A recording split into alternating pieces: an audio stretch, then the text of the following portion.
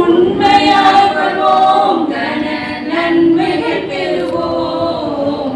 ஓய்வு நாளில் ஆசரிப்பை உண்மையாய் கொள்வோம். ஆதிவர் சொன்னது அழியும் நோய் செல்லமோ, ஆதிவர் சொன்னது அழியும் நோய் செல்லமோ, பாவிகளும் சீரடைய பாதை இதுவே, பாதை இதுவே, பரம்பேதம் இதுவே, பாதை இதுவே, பரம்பேதம் இதுவே. ஓய்வு நாளை ஆசரிப்பை உண்மையாய் கொள்வோம்.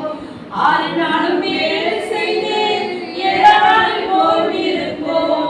6 நாளும் வேலை செய்து 7 நாளில் ஓய்ந்திருப்போம். ஓய்வு நாளை ஆசரிக்க உரைத்து வைத்தாரே, உரைக்க வைத்தாரே, ஆசீர்வதிக்க வைத்தாரே, உரைக்க வைத்தாரே, ஆசீர்வதிக்க வைத்தாரே. ஓய்வு நாளின் ஆசரிப்பை உண்மையாய் கொள்வோம். வாக்கியத்தின் சொன்னபடி வந்துவிட்டது இந்த சபை, வாக்கியத்தின் சொன்னபடி வந்துவிட்டது இந்த சபை.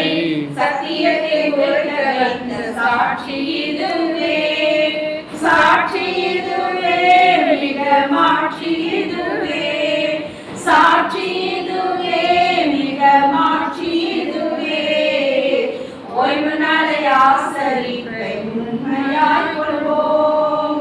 தேவன் சொன்ன ஓய்வு நாளை திட்டமுடன் மகிழ்ச்சியாக, தேவன் சொன்ன ஓய்வு நாளை திட்டமுடன் மகிழ்ச்சியாக ஆசரிப்போம். ஓய்வு நாம் ஆனந்தம் கொள்வோம், ஆனந்தம் கொள்வோம், பரமானந்தம் கொள்வோம், ஆனந்தம் கொள்வோம், பரமானந்தம் கொள்வோம். ஓய்வு நாளை ஆசரிப்பை உண்மையாய் கொள்வோம், உண்மையாய் கொள்வோம், கன நன்மைகள் பெறுவோம்.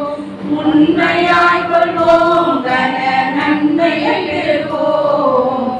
ஓய்வு நாளை ஆசரிப்பை உண்மையாய் கொள்வோம்.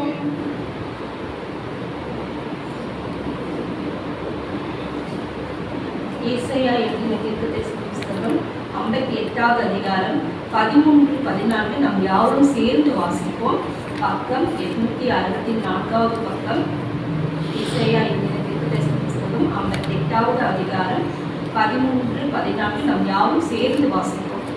என் பரிசுத்த நாளாகிய ஓய்வு நாளிலே உனக்கு இஷ்டமானதை செய்யாதபடி உன் காலை விலக்கி உன் வழிகளின்படி நடவாமலும் உனக்கு இஷ்டமானதை செய்யாமலும் உன் சொந்த பேச்சை பேசாமலும் இருந்து ஓய்வு நாளை மனமகிழ்ச்சியின் நாள் என்றும் கர்த்தருடைய பரிசுத்த மகிமையுள்ள நாள் என்றும் சொல்லி அவர் நன்மையாக இருப்பாயானால் அப்பொழுது கர்த்தரின் மனமகிழ்ச்சியாய் இருப்பாய். பூமியின் உயர்ந்த இடங்களில் உன்னை இருக்கும் பண்ணி உன் தகப்பனாகிய யாக்கோபினுடைய சுதந்திரத்தினால் உன்னை போஷிப்பேன். கர்த்தருடைய வாய் இதை சொல்லிற்று.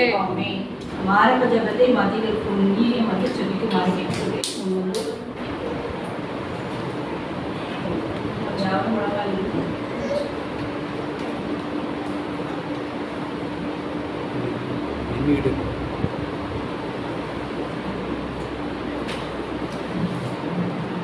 கர்த்தருடைய பரிசுநாமத்துக்கு ஸ்தோத்திரம். தேவனே இயேசப்பா, இந்த நாளிலும் கூட இயேசப்பா எங்களை சிறு கூட்டமாக நீங்க கூட்டி சேர்த்திருக்கீங்க. அதற்காக உனக்கு நன்றி செலுத்துறோம்ப்பா. அந்த ஓய்வு நாள் ஆரம்ப வேளையிலும் தகப்பனே நீ நன்மை செய்கிறவராக சுற்றி தெரிந்தது போல அப்பா எங்கள் இருதயத்தில் என்னென்ன ஏக்கங்கள் விருப்பங்கள் இருக்கிறதோ பாரங்கள் இருக்கிறதோ அவை எல்லாவற்றையும் என் தகப்பனே நீங்க எடுத்தெடுக்குமாறு ஜெபிக்கிறோம். தகப்பனே இப்ப வந்து கொண்டிருக்கிறவர் மேலும் ஏசப்பா இப்பொழுது உங்களுடைய பிரசங்கத்துக்காக ஏசப்பா கேட்டுக்கொண்டிருக்கிற மேலும் உங்களுக்கு கிருபை இறங்கட்டும். எங்களோட நீங்க பேசுங்கப்பா. நாங்க கடைசி காலத்துல வாழ்ந்து கொண்டிருக்கிறோம் தகப்பனே. உடைய வருகை அதி சீக்கிரமா இருக்கிறதப்பா.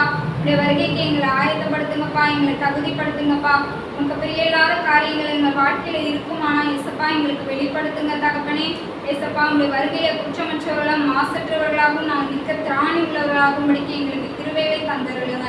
இப்ப நாம மாத்திரம் மகிமைப்படட்டும். தொடக்கம் முதல் முடிவு மட்டும் எங்களோடு இருந்து நாளைக்கு நடக்க இருக்கிற எல்லா ஆராதனையிலும் இந்த கரம் இருக்கட்டும். ஏசப்பா போதகரே ஒரு குடும்பத்தையும் சபை விசுவாசிகள் சிறு பிள்ளைகள் வாலிபர்கள் பெரியவர்கள் அப்பா வயதானவர்கள் எல்லாவற்றையும் உள்ள கரம் இருந்து நீங்க பலப்படுத்தி ஆசீர்வதிக்குமாறு ஜெபிக்கிறேன். இந்த ஜெபத்தை இயேசு கிறிஸ்து நாமத்தில் மிகுந்த மனத்தாழ்மையோடு ஏறெடுக்கிறேன் நல்ல பிதாவே. இப்பொழுது நமக்கு தெய்வீக செய்தி தெய்வீக மன்னாவை பாஸ்ட் பண்ணுறது இருக்கிறார்.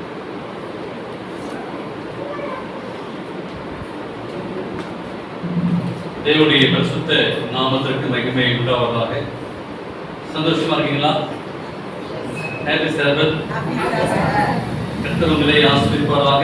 கடந்த நாள் முழுவதுமாய் ஆண்டவர் நம்மை அற்புதமாய் பாதுகாத்து வழிநடத்தின தேவனுக்கு நன்றி செலுத்துவோம். இந்த நாளில் யூடியூப் மூலமாக, ஃபேஸ்புக் மூலமாக பார்த்துக்கொண்டிருக்கும் ஓய்வு நாள் வார்த்தைகளை நான் தெரிவித்துள்ளேன். கர்த்தர் நல்லவராக இருந்து நம்மை ஆசீர்வதித்த தேவனுக்கு நன்றி செலுத்துகிறேன். ஒரு விசேஷமான ஒரு அறிவிப்பு. நாளை தினத்திலே, நாளை இரவு நம்முடைய வியாசர்பாடி திருச்சபையிலே மூலியர்வு ஜெபம் நடைபெறுகிறது. நம்முடைய திருவள்ளூர் திருச்சபைக்கு அழைப்பு கொடுத்துள்ளார்கள். அன்பான நம்முடைய விசுவாச பிள்ளைகள் அந்த அழைப்பை ஏற்றுக்கொண்டு அந்த மூலியர்வு ஜெபத்திலே நீங்கள் கலந்து கொள்ளும்படியாய் உங்களை இயேசுவின் நாமத்திலே அன்போடு நான் கேட்டுக்கொள்கிறேன். இந்த நாளில் நான் தொடர்ந்து படிக்கின்ற ஒரு சத்தியம் மலை பிரசங்கம். அன்பாக இயேசு கிறிஸ்து இந்த பூமியிலே வாழ்ந்த பொழுது சீசர்களுக்கும் மத்தியிலே எல்லோரும் விரும்பப்பட்ட ஒரு சத்தியம் என்னவென்று பார்க்கும்போது மலை பிரசங்கம். எல்லோருடைய வாழ்க்கையிலும் இது இருதயத்தை ஆழமாக பதிய செய்து மனமாற்ற செய்யக்கூடிய ஒரு சத்தியம். நீங்கள் சத்தியத்தை மிகுந்த உற்சாகத்தோடு ஒரு பாரத்தோடு ஜெப நோக்கத்தோடு நீங்கள் இதை படிக்கின்ற போது நிச்சயமாகவே ஆவியானவர் தெரிய செய்வார். இன்றைக்கு எத்தனாவது தெரியுங்களா? 8 வசனம் 8 இருக்கும். ஆனா நம்ம கோரியா படிக்கின்ற பாடத்துல 6. சரி. அப்ப இருதயத்தில் சுத்தமுள்ளவர்கள் சேர்ந்து சொல்லுவாங்களா?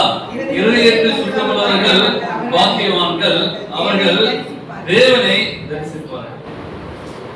நம்முடைய இருதயம் அப்படி சொல்லி பார்க்கும்போது நம்முடைய இருதயம் எதனால் ஆனது? தசையால் ஆனது. அப்ப இந்த இருதயத்திலிருந்து தான் என்ன வரும்? நமக்கு பலவிதமான எண்ணங்கள், யோசனைகள் நமக்கு வரும். சரிங்களா? அப்ப இந்த இருதயத்திலிருந்து அநேகர் எனக்கு சிறுவயதிலிருந்து இந்த பைபிளை எழுதி இந்த உன்னத பாட்டு புத்தகத்துல இருந்து பைபிள்ல இருந்து நிறைய எனக்கு ஒரு கவிதை எழுத பிடிக்கும். நாளைக்கு கூட எங்க எதுக்காச்சும் ஒரு பர்த்டே இல்லை கல்யாணம் அப்படின்னு சொல்லி கொடுத்தீங்கன்னா அதுல இருந்து பைபிள்ல இருந்து அப்படி ஒரு தாளம் தான் கொடுத்துருந்தாங்க. அப்ப இந்த இருதயத்துல இருந்து என்ன செய்யறாங்க? இன்னைக்கு நிறைய பேர் கவிதைகளும் பெரிய புஸ்தகங்களும் உருவாயிருக்கு. இந்த இருதயத்திலேயே உணர்ச்சி தான் சரிங்களா மனிதன் முழுவதும் என்ன பண்ண புரிந்து விட முடியல. நம்ம என்ன செய்யறோம்? என்ன போய் நீ புரிஞ்சுக்கலையே? கணவன் கேட்கிறோமா? மனைவி கேட்கிறோமா? என்ன போய் நீ புரிஞ்சுக்கலையே? கேட்டுக்கிட்டீங்களா ஜெயராமா? அப்ப நம்முடைய இருதயத்திலேயே சிந்தனைகள் எப்படி இருக்கு? அப்ப நம்முடைய முழு இருதயத்தையும் ஆழமாக நீங்க புரிந்து கொள்ள வேண்டும். ஒரு கணவன் ஒரு மனைவி எங்க பிரச்சனை ஏற்படுறது சரிங்களா? எதுல மிஸ் அண்டர்ஸ்டாண்டிங் ஆகுது? இந்த இருதயத்துல புரிந்து கொள்ள முடியாத ஒரு காரியங்கள், இருதயத்துல யோசிக்கிற காரியங்கள்லாம் அப்படி இருக்குமோ? அப்ப ஏன் இருதயத்தில் சுத்தமுள்ளவர்கள் பாக்கியவான்கள், அவர்களை தேவனை தரிசிப்பார்கள்? யாராவது சயின்ஸ் படிச்சிருக்கீங்களா? இருதயத்துல எத்தனை அறை இருக்கு? 4 அறை. என்ன தெரியுமா?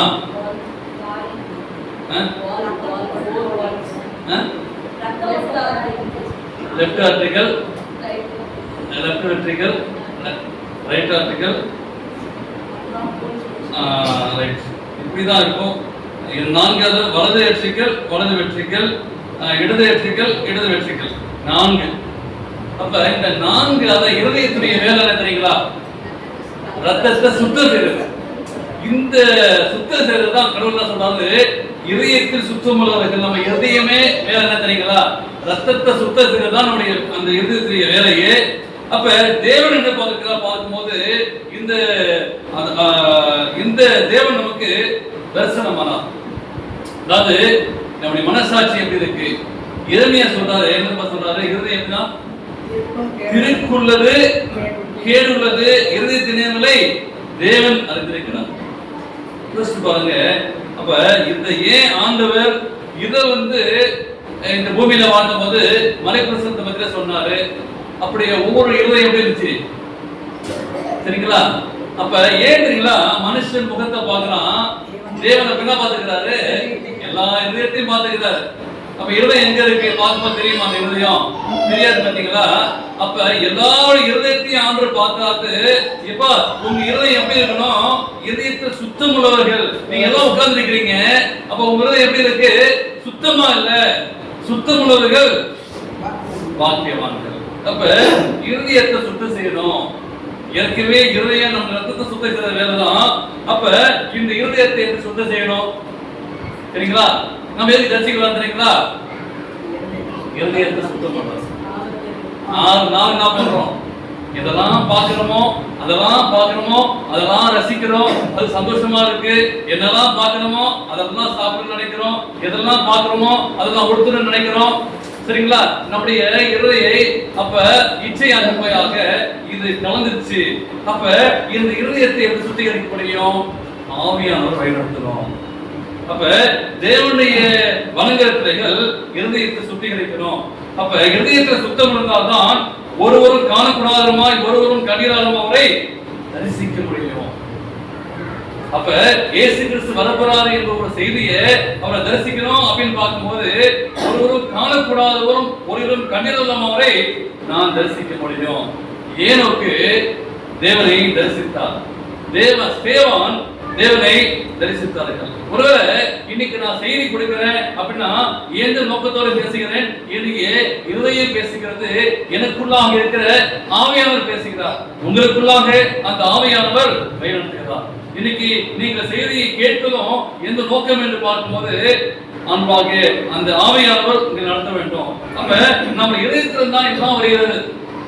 சந்தோஷம் வருது, கண்ணீர் வருது, கஷ்டம் வருது, பிரச்சனை வருது, மகிழ்ச்சி வருது.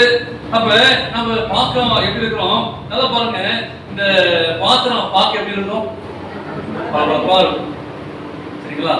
ஆனா உள்ள எப்படி இருக்கும்? இயேசு சொல்றாரு, உங்களுடைய உள்ளம் கழுவப்பட வேண்டும், பாவத்திலிருந்து சிந்தனை என்று சொல்லி வாசிக்கிறோம். இன்டெகிரிட்டி என்று பார்க்கும்போது தமிழ்ல நேர்மை, உத்தமமான நபர் எப்படி இருப்பான் என்று பார்க்கும்போது அவர்கள் ஒரு கிறிஸ்துவன் சுத்தலோகனாய் இருப்பான் என்றுதான் ஒரு முக்கியமான ஒரு காரியம். இதை குறித்து நம்ம வாசிக்கும் போது அப்ப இருதயத்துல சுத்தம் அப்படின்னா என்ன? இருதய சுத்தம் அப்படின்னா என்ன தெரியுங்களா? இந்த இருதயத்துக்கும் இதுக்கும் ஒரு கனெக்ஷன் இருக்கு சரிங்களா? இங்க ஃப்ரண்ட்ல இருக்குல்ல, இங்க இருக்கு இந்த பிரெயின், தமிழ்ல சொல்லுங்க பாப்போம், மூளை. இந்த மூளைக்கும் இருதயத்துக்கும் என்ன இருக்கு? ஒரு கனெக்ஷன் இருக்கு. அப்ப என்ன செய்யறாரு? இதயத்துல சுத்தம் செய்யணும். எது சுத்தமா இருக்கணும்? இந்த மூளை இருக்கு பாத்தீங்களா? நமது எண்ணங்கள் இருக்கணும், சுத்தமா இருக்க வேண்டும். அப்ப நமது ஆசைகள், நம்முடைய உள்ளத்துடைய குணங்கள் ஆகியவற்றை குறிக்கிறது.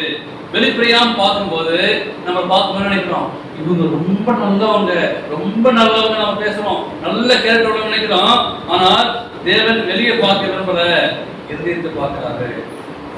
1 சாமுவேல் 16:7 வாசிக்கிறோம். மனுஷன் முகத்தை பார்க்கிறான், கர்த்தரோ இருதயத்தை பார்க்கிறார். அப்ப இருதய சுத்தம் செய்யணும். அப்ப இருதயத்துல என்னெல்லாம் இருக்கு? நம்ம இருதயத்துல என்னெல்லாம் இருக்கு? எனக்கா யோசிச்சு பார்த்திருக்கீங்களா? அப்ப என்ன இருக்கு? நம்ம இதயத்துல இருக்கு பொறாமை இருக்கு, இருக்குங்களா?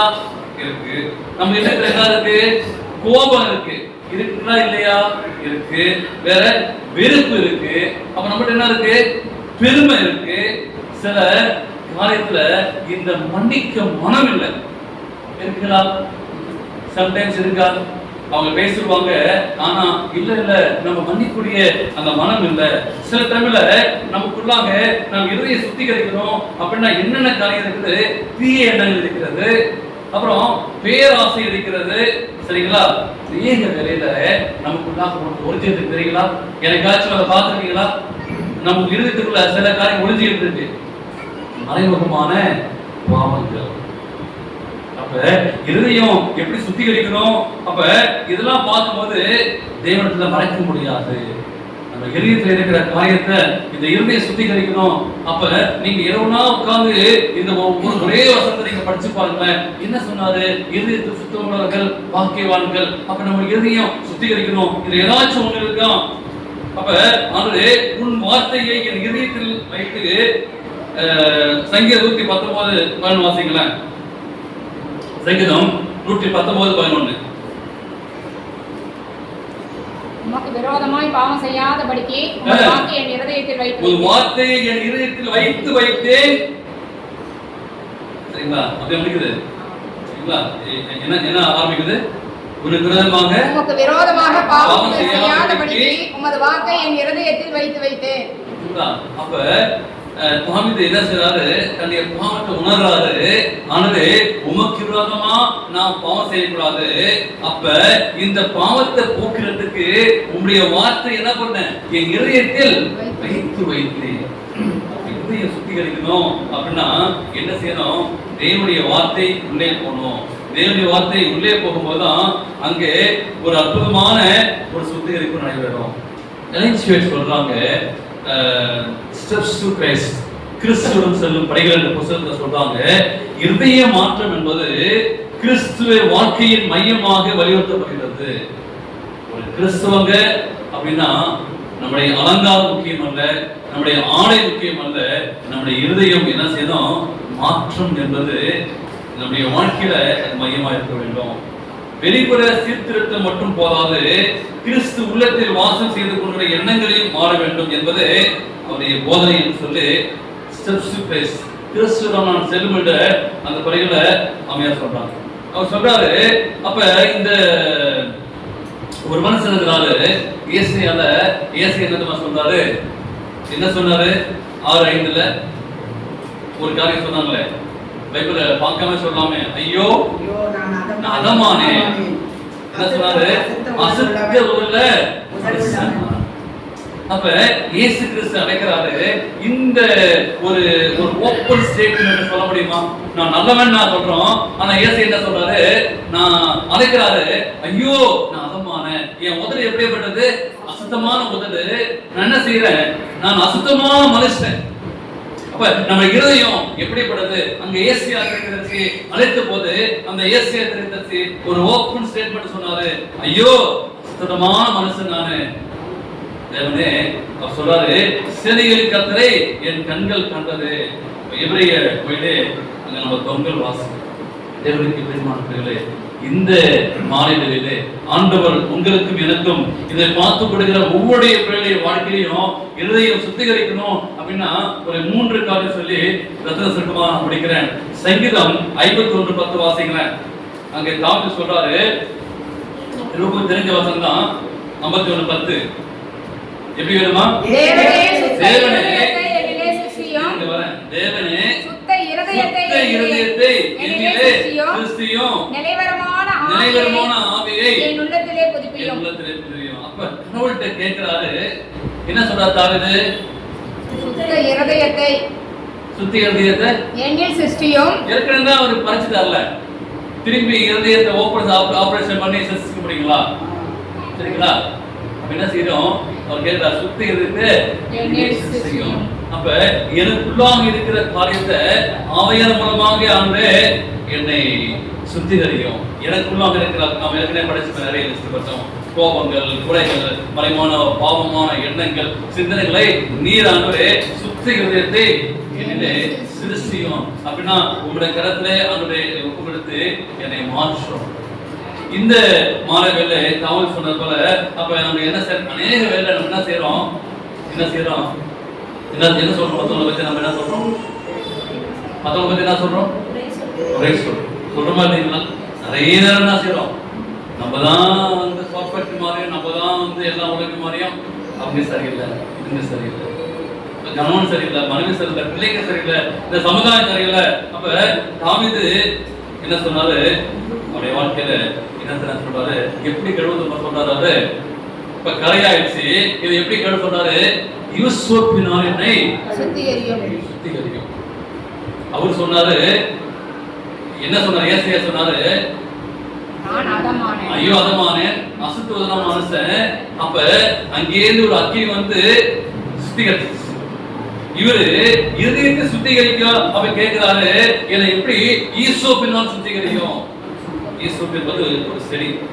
அப்ப அந்த செடி சுத்திகரிப்பாங்க, அந்த பழைய பாட்டை பயன்படுச்சு.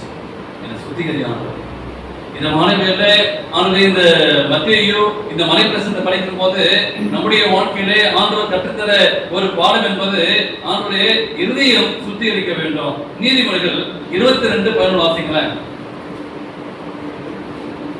ரொம்ப அற்புதமா அங்க சாலமோன் சொல்றார். நீதிமொழிகள் 22:11 சுத்த இருதயத்தை விரும்புகிறவனுடைய உத்திகளில் இனிமையானவைகள் ராஜாவுக்கு சிநேகிதனாவார். அப்ப நம்ம எதை விரும்பணுமா? என்ன என்ன என்ன இருதயம்? சுத்த இருதயம். தெரியுமா உங்களுக்கு இந்த ஃபாதர்ஸ் டே மதர்ஸ் டே இருக்கு பாத்தீங்களா? ஒரு நாள் என் ஒய்ஃப் போகும்போது இன்னைக்கு டாக்டர்ஸ் எல்லாரையும் ரேலி போக சொன்னாங்க, இன்னைக்கு ஹார்ட் டே. இருதயத்துக்கு ஒரு நாள் இருக்கு, நீங்க பாத்திருக்கீங்களா?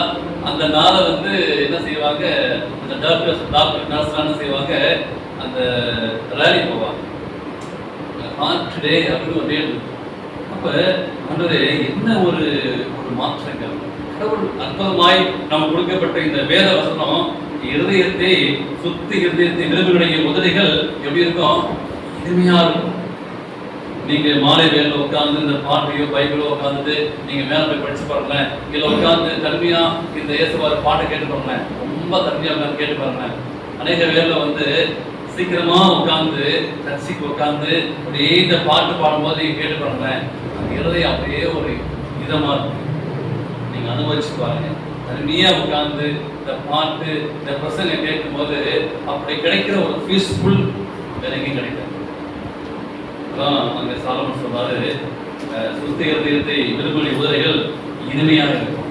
அநேக வேலை நம்ம என்ன செய்யறோம், டிவியை பார்த்து பலவிதமான நிகழ்ச்சிகளை பார்த்து என்ன செய்யறோம், நம்ம இருதயத்தை என்ன செய்யறோம், கிடைக்க செய்யறோம். அதுதான் நம்முடைய சிந்தனை மாற்றுது, அதுதான் நம்முடைய வாழ்க்கையை கோபமாய் மாறுது, அதுதான் நம்முடைய வாழ்க்கையை பாவம் செய்ய தூண்டுகிறது. அப்படிப்பட்ட காரியம் செய்யாதபடி இறைவனோடு இணைந்து வாழ்வோம். இரண்டாவதாக ஒரு உதாரணத்தை வாசிக்க போறோம். 2 பேருல 2:8 வாசிப்போம். 2 பேரு 2:8 2 பேரு 2:8 நாள்தோறும் அவர்களுடைய அக்கிரம கிரியைகளை கண்டு கேட்டு நீதியுள்ள தன்னுடைய இருதயத்தில் வாதிக்கப்பட்ட நீதிமான லோத்தை அவர் ரட்சித்திருக்கிறார். அப்ப என்ன சொல்றாங்க பாருங்க, இந்த இருதயம் சுத்தி இருதயமா இங்க லோத்து எப்படி மாறா பாருங்க. என்ன இருதயமா, என்ன இருதயம் போட்டிருக்காரு, ஒரு பேர் போட்டிருக்கு பாருங்க, நீதி உள்ள இருதயமா இருக்கிறது. அப்ப சொல்லக்கூடிய ஒரு காரியம், நீங்க நான் படிக்கின்ற ஒரு காரியம், ஆண்டவரே இந்த இருதயமானது நீதி உள்ள தன்னுடைய இருதயத்தில் பாதிக்கப்பட்ட நீதிமானாக லோத்தை ரட்சித்திருக்க. அப்ப லோத்துடைய காரியத்தை யோசித்து பாருங்க. லோத் அங்க இருக்கிறாரு, லோத்துடைய மனைவி அவங்க பிள்ளைங்க எப்படி இருக்கிறாங்க. ஆண்டவர் இந்த சந்ததியில இந்த திருச்சபையில அந்த இடத்துல அந்த லோத்தை கண்டாரு, நீதி உள்ள லோத்தாக அழைத்தார். கரங்களை பிடித்து தெய்வத்தை அனுப்பி, நீ அழிந்து போகக்கூடாது, இந்த பட்டணம் அழிந்து போகிறது என்று சொல்லி ஆண்டவர் ஒரு எச்சரிப்பை கொடுத்து அந்த நீதிமானை நீதியுள்ள அந்த லோத்தாக அழைத்து, நீ நீதியுள்ள ஒரு லோத்து இப்படி சொல்லி அப்படியேப்பட்ட இருதயம் இருக்கிறது. என்ன சொல்றாரு, நீதிமான் என்று வேதம் கூறுகிறது. நம்முடைய இருதயம் சுத்திகரிக்கும் போது நீங்க நான் எப்படி மாறுகிறோம், நீதிமானாக மாறுகிறோம். யார் என்று நீதிமான் பார்க்கும்போது என்னுடைய இருதயம் சுத்திகரிக்க வேண்டும், எனக்குள்ள பாவமான எண்ணங்கள் தீமையான இல்லாதபடி லோத்துடைய வாழ்க்கையை ஆண்டவர் இந்த பட்டணம் அழியப்படுறது. ஏனென்றால் ஒரே ஒரு குடும்பம் ஒன் நிமித்தம் தான். அங்க ஆபிரகாம் கேட்கிறாரு, 10 பேர் என்று அழைப்பீங்களா, 5 பேர் 40 பேர் அழைப்பீங்களா கேட்கிறாரு. ஒரே ஒரு நீதிமான இங்கே கண்டார். இந்த திருச்சபையிலே இந்த ஊரிலே ஆண்டவர் உங்களுமே என்னின் ஒரு நீதிமான இருக்க விரும்புகிறார். நீங்கள் உங்க இருதயம் சுத்திகரிக்க வேண்டும். இந்த பார்த்து கூடலே நீங்க எங்கிருந்து பார்த்தாலும் சரி, இங்க நீங்க வாழக்கூடிய தெரியல, நீங்க வாழக்கூடிய முறையிலே ஒரு நீதிமானாக மாற வேண்டும். உங்க நிமித்தம் இந்த பட்டணம் அழைக்காதபடி, உங்க நிமித்தம் இந்த பாவத்தின் நம்ம மேல் பாவம் வராதபடி ஆண்டவர் நம்மை பாதுகாக்க சுத்தமாக இருக்கிறார். சோதகுமார பட்டணம் அழிவிலிருந்து தப்பித்துக் கொண்டாரு. ஒரே ஒரு குடும்பம் ஓடி போயிட்டாங்க. அந்த அம்மா மாத்திரம் அந்த லோத்து மனைவி என்ன பண்ணாங்க? பார்த்ததுனால அப்படின்னு நினைச்சு அவங்க இருந்து எங்க இருக்கு திரும்பி பாக்குறாங்க. ஐயோ, என்னுடைய நகை, என்னுடைய வீடு, என்னுடைய பட்டு புடவை எல்லாம் என்னாச்சு? எல்லாம் நம்ம விட்டு வரமா? ஐயோ, சுனாமி வர்றது, வெள்ளம் வர போகுது அப்படி சொல்லி அடிய போகிறது, என் ட்ரெஸ்ஸை கொண்டு வந்துடுறேன், அப்படியே திரும்பி நகையை கொண்டு வந்துடுறேன், அப்படியே அந்த அட்டென்ஷன்ல என்ன பொசிஷன்லோ அப்படியே போயிட்டாங்க. இருதயம் அங்க இருந்துச்சு. ஆசை விடலையே. ஆண்டுல எங்க கூப்பிடுறாங்க? கூப்பிடுறாரு, உங்களுக்கு கூப்பிடுறாரு. உலக மாஸ்டர் விடலையே, இந்த இச்சை விடலையே, இதுல ஏன் நம்ம வாழணும்? நல்லாதான் இருக்கு, பீச் ஓரமா வாழ்றதுக்கு, பீச்சு காத்து நல்லாதான் இருக்கு, அப்படி போயிட்டு வர்றதுக்கு நல்லாதான் இருக்கு அப்படி சொல்லி ஆண்டவரே நான் உம்மோடு நான் வாழணும், ஆண்டவரே உண்மை போல மாறணும் அப்படி சொல்லி பாராரு. பாத்தீங்களா? உம்மோடு நான் வாழணும், உண்மை போல வாழணும் அப்படின்னா இங்க இந்த இருதயம் சுத்திகரிக்கும். இருதயத்தை சுத்தமுள்ளவர்கள் வாக்கியவான்கள் அவர்கள் தேவனை ஏன் அந்த தேவனை தரிசிக்க முடியல? அந்த ஏனுக்கு அப்புறம் நான் தரிசிக்க முடியல. அந்த தேவன் மறிக்கும் போது கூட ஐயோ அந்த தேவனை பார்க்கிறாரு, சுத்தமான தேவனை பார்க்கிறாரு. கல் செய்யறாங்க, கொலை செய்யறாங்க, நியாய பிரமாணத்தையும் ஓய்னாலும் அங்க போதிக்கிறாரு, உடனே கொலை செய்யறாங்க. இதாங்க ஒரு அருமையான ஒரு காரியம். நம்முடைய நிலைமை என்ன என்று பார்க்கும்போது அப்படின்னா நாம் என்ன செய்யணும்? நம்ம இருதயம் எப்படிப்படுது என்று சொல்லி நான் வாசிக்கும் போது 1 கொரிந்தியர் 2:9 வாசிக்கலாம். ரொம்ப அருமையா சொன்னாரு. 1 கொரிந்தியர் 2:9 தேவன் தம்மில் ஆயத்தம் பண்ணினவைகளை காணவும் இல்லை, காது கேட்கவும் இல்லை, அவைகள் மனுஷனுடைய இருதயத்தில் தோன்றவும் இல்லை. ரொம்ப அருமையான காரியத்தை அங்க பவுல் எழுதுறாரு. 1 கொரிந்தியர் 2:9 வாசிங்க பாருங்க.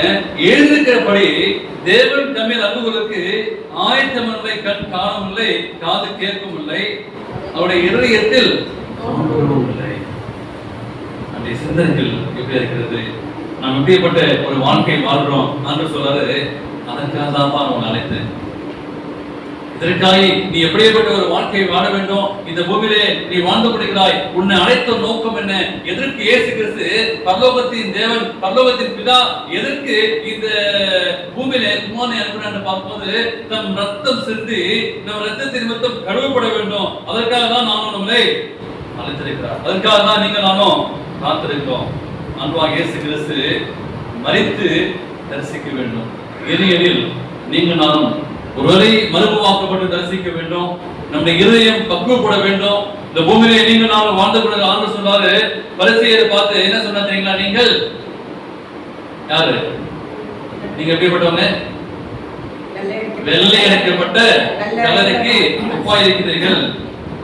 புறம்பே ஆலங்கமாய் காணப்படும், உள்ளே இருக்கிற மனிதர்கள் எலும்பு அசுத்தம் இருக்குது. நம்முடைய வாழ்க்கையை பார்க்கும் போது பிரைட்டா நீங்க எப்படி இருக்கீங்க? வெள்ளையடிக்கப்பட்ட கலரமா இருக்கிறீங்க. 1 கொரிந்தியர் 6:19 உங்கள் சரீரமானது தேவனாலே பெற்று உங்களில் தங்கியும் ஆவியினுடைய ஆலயமாய் இருக்கிறது என்று நீங்கள் உங்களுடையவர்கள் அல்ல என்று அறிவீர்களா? ஆகையால் தேவனுடைய உடையவர்களாகிய உங்கள் சரீரத்தினால் உங்கள் ஆவியினாலும் தேவனை மகிமைப்படுத்துங்கள் என்றார். நம்ம யாரு அப்படின்னு பார்க்க சொல்றாரு. உங்க சரீரமானது நீங்க தேவனாலே பெற்றும் உங்களில் இருக்கிறத பரிசுத்த ஆவியின் ஆலயமா இருக்கிறீர்கள் என்று சொல்றாரு. உங்களை பார்த்து நீங்க பரிசுத்த ஆலயமா இருக்கிறீங்க. நீங்கள் உங்களுடையவர்கள ஃபர்ஸ்ட் பரிச்சைங்க. நம்ம சம்பாதிச்சோம், நம்ம பிள்ளைங்க, நம்ம குடும்பம் அப்படின்னா இல்ல. நம்ம என்னத்தை பண்ணி வாங்கிக்கிறாரா அப்படின்னா விலை கொடுத்து, விலைக்கு ஏற்ப ரத்தத்தை கொடுத்து நான் வாங்கியிருக்கேன். ஆகையால் தேவனுடைய உடையவர்களாக இருக்கிற உங்கள் சரீரத்தினாலும் ஆவியினாலும் தேவனை மகிமைப்படுத்தணும். அப்ப இந்த இருதயம் சுத்திகரிக்கும் போது சுத்திகரித்த பிற்பாடு என்ன செய்யறோம்? இந்த இருதயம் சுத்திகரிக்கப்பட வேண்டும். 2 வசனம் 3 வசனம் வாசி நம்ம முடிப்போம். நீதிமொழிகள் 4:23 நீதிமொழிகள் சாலமோன் சொல்றாரு, இந்த இருதயத்தை எப்படி வச்சுன்னு சொல்றாரு பாருங்க. நான் என் தகப்பனுக்கு பிரியமான குமாரனும் 4:23 எல்லா காவலோடும் உன் இருதயத்தை காத்துக்கொள். அதுல எல்லா காவலோடும் ஒரு வாட்ச்மேன் வச்சு ஒரு செக்யூரிட்டி வச்சு, சரிங்களா? அப்ப இந்த இருதயம் விதமான காரியத்தை வந்து உள்ளே பூக்க பிசாசு காத்து கொண்டிருக்கான். நீ அங்கங்க நீ தடை பண்ணு. எல்லா காவலோடும் என்ன செய்யணும்? அதுல என்ன பண்ணுமா? அந்த இருதயத்தும் ஒரு கெட்டு போச்சுன்னா ஒரு வாழ்க்கை கெட்டு போயிடும். அந்த இருதயம் வீணா போச்சுன்னா உங்க லைஃப் ஸ்பாயில் ஆகும். அந்த குடும்பம் சின்னபலமா போயிடும். அதனால உன் இருதயத்தை நீ பாதுகாத்துக் கொண்டு, நீ இருதயத்துல யோசிக்கிற காலம் உன்னை தவறாகவே நடத்தும். அன்னைக்கு படிச்சு பாத்தீங்களா அந்த யூதாஸ் காலத்து என்ன செய்யலாம்? உன் இருதயத்துல யோசனை தான் கிடைச்சு பிசாசு என்ன செய்வாங்க? போ சூசைட் பண்ணிக்க, போ தவறான வந்துக்க அப்படின்னு சொல்லி தவறான காரியம் என்ன செய்யும்போது நம்ம இருதயம் இப்படி அதுதான் சொல்ல, நம்ம இருதயத்தை நீ காத்துக்கோ. இன்னொரு இருதயம் போயிட்டு நீ மனம் திரும்பு அப்படி கேட்டுச்சு. தேவனுக்கு பிரியமானவர்களே, இருதயம் எப்படி எப்படி காரியம் செய்யறது? ஆண்டவர் சொல்றாரு, இருதயத்தில் சுத்தமுள்ளவர்கள் பாக்கியவான். நீங்க நானும் கிறிஸ்துவை தரிசிக்க வேண்டும் என்றால் என்ன செய்ய முடியும்? இருதயம் சுத்திகரிக்கணும். அன்பாக இயேசு கிறிஸ்து சொன்னால் பொறுப்பு கொடுப்பாங்க. இதை பார்த்து கொடுக்கிற அருமையான பிள்ளைகளே, வாலிப பிள்ளைகளே, பெரியவங்க, குடும்பத்தில் இருக்கிறவங்க, விசுவாசப்படுங்களே, ஒருவருடைய இருதயம் எப்படி இருக்கிறது? ஆண்டவரே, என் இருதயம் அந்த இதயத்தினோ தூரமாக போயிருக்கு. ஆண்டவரே, என் இருதயத்தின் யோசனை எப்படி இருக்கிறது? யாரை யோசித்துக் கொண்டிருக்கிறோம்? யாருக்காக வாழ்ந்து கொண்டிருக்கிறோம்? தாவீது சொன்னது போல, ஆண்டவரே, இன்று இரவு இப்பொழுது ஆண்டவரே இந்த இருதயத்தை சுத்தகரி. இந்த இதயத்துல இருந்து கெட்ட வார்த்தை, தேவையான வார்த்தை வந்துட்டு இருக்கு. இந்த இதயத்துல என்ன பண்றோம்? ஜெபம் பண்றோம், பாட்டு பாடுறோம், எல்லாம் இங்கேதான் வந்துட்டு இருக்கு.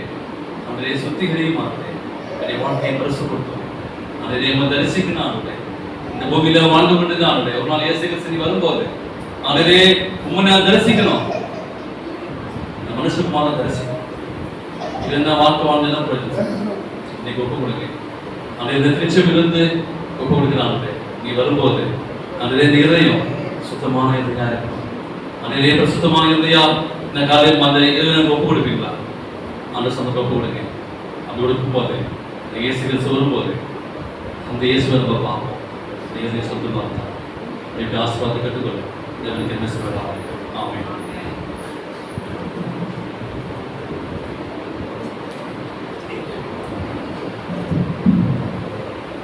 ஒரு செய்தி எடுத்த போதகரையாக நன்றி தெரிவித்துக் கொள்கிறோம். நாம் இக்கூட்டத்தின் முடிவு பாடலாக எழுந்து 244வது பாடல் பாடலாம். அப்பொழுது திருச்சபையின் காணிக்கை சேகரிக்கப்படும். பாடலின் 244. அன்பே பிரதான சகோதர, அன்பே பிரதான, அன்பே பிரதான சகோதர, அன்பே பிரதான, பண்புறு ஞானம் பரம நம்பிக்கை இன்ப விசுவாசம் இவைகளில் எல்லாம் அன்பே பிரதானம் சகோதர, அன்பே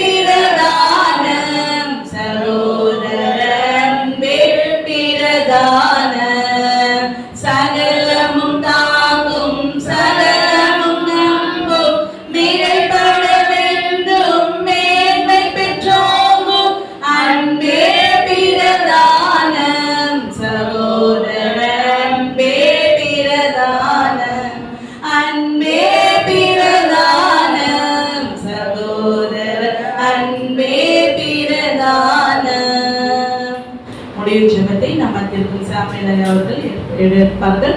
நாம் அனைவரும் முழங்கால் படிட்டு ஜெபம் செய்வோம்.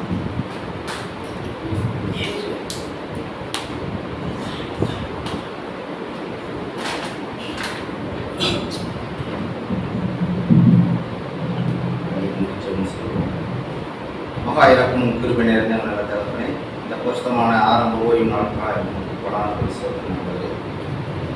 அன்று போதகர் இந்த நாளிலும் ஆண்டவரே, இருதயத்தை எப்படி நாம் வைத்துக் கொள்ள வேண்டும், இருதயத்தை எப்படி காத்துக்கொள்ள வேண்டும் என்ற ஆவியானவர்களை எடுத்த அந்த ஆவிக்குரிய வார்த்தைக்காய் நாங்கள் நன்றி செலுத்துகிறோம்.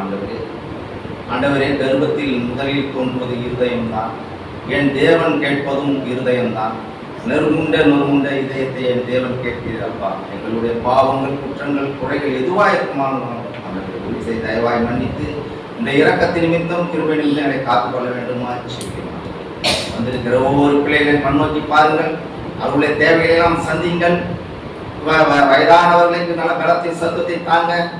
இருதயத்திலே சுத்தமுள்ளவன் பாக்கியவான் என்று சொல்லிட ஆண்டவரே, எங்கள் இருதயத்தை எந்நாளிலும் நாங்கள் சுத்தமாக வைத்துக் கொள்ள ஆண்டவரே எங்கள் உதவி செய்ய வேண்டுமா சொல்கிறோம். ஆண்டவரே, இந்த உலகத்திலே எங்கள் இருதயத்தை சுத்தமாக வைத்துக் கொள்ள வேண்டும் என்றால் பரிசுத்த ஆவியானவருடைய உதவி இல்லாமல் எந்த காரியத்தை செய்ய முடியாது. ஆண்டவரே, எங்கள் பரிசுத்த ஆவியானவர் எங்களுக்கு உதவி செய்ய வேண்டுமாய் நாங்கள் இடத்துல எங்களை தாழ்த்து வருவோம். ஆண்டவரே, நீரே பொறுப்பெடுத்துக் கொள்ளும். ஆண்டவரே, வரை தடைப்பட்டவர்கள் நாளை தினத்திலே கூட்டி வாருங்கள்.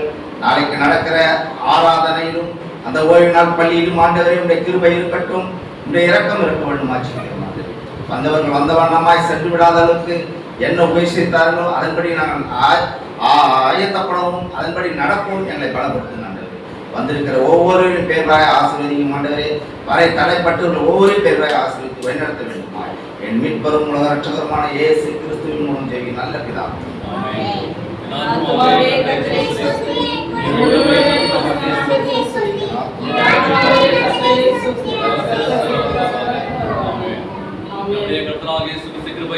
பிதாவாகிய தேவனுடைய அன்பும் பரிசுத்தாவுடைய அன்பிப்பும் ஐக்கியமும் சந்தோஷமும் சமாதானமும் இன்றும் மீண்டும் சதாகாலம் இருப்பதாக. ஆமென்.